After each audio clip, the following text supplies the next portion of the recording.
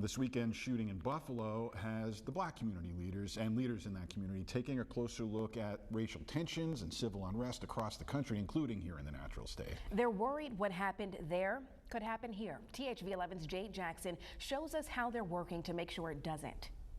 Hey, here we go again. Unarmed black people getting murdered because of white supremacists.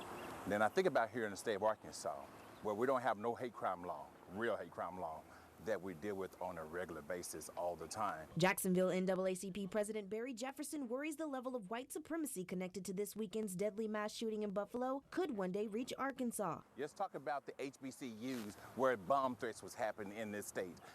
And they had to protect their students because of bomb threats by white supremacists. We're talking about laws like that. It can happen here. According to police, 11 of the 13 people who were shot were black, targeted by a man who held racist ideology. This directly impacts us all. There's a time to reevaluate what we're teaching in the public school systems. Activist Osiris Bali says there's other bills that should be addressed at the next session.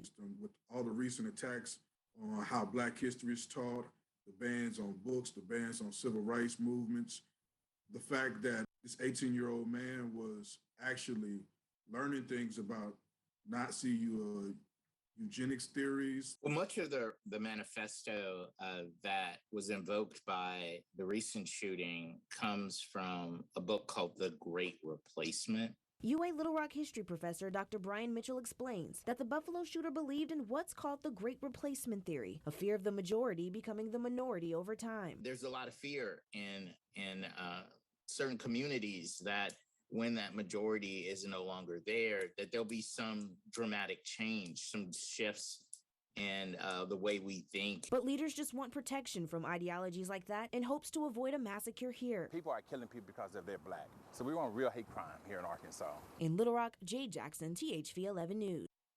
Thanks so much, Jade. Those community leaders tell us they plan on advocating for hate crime and education legislation during the next session.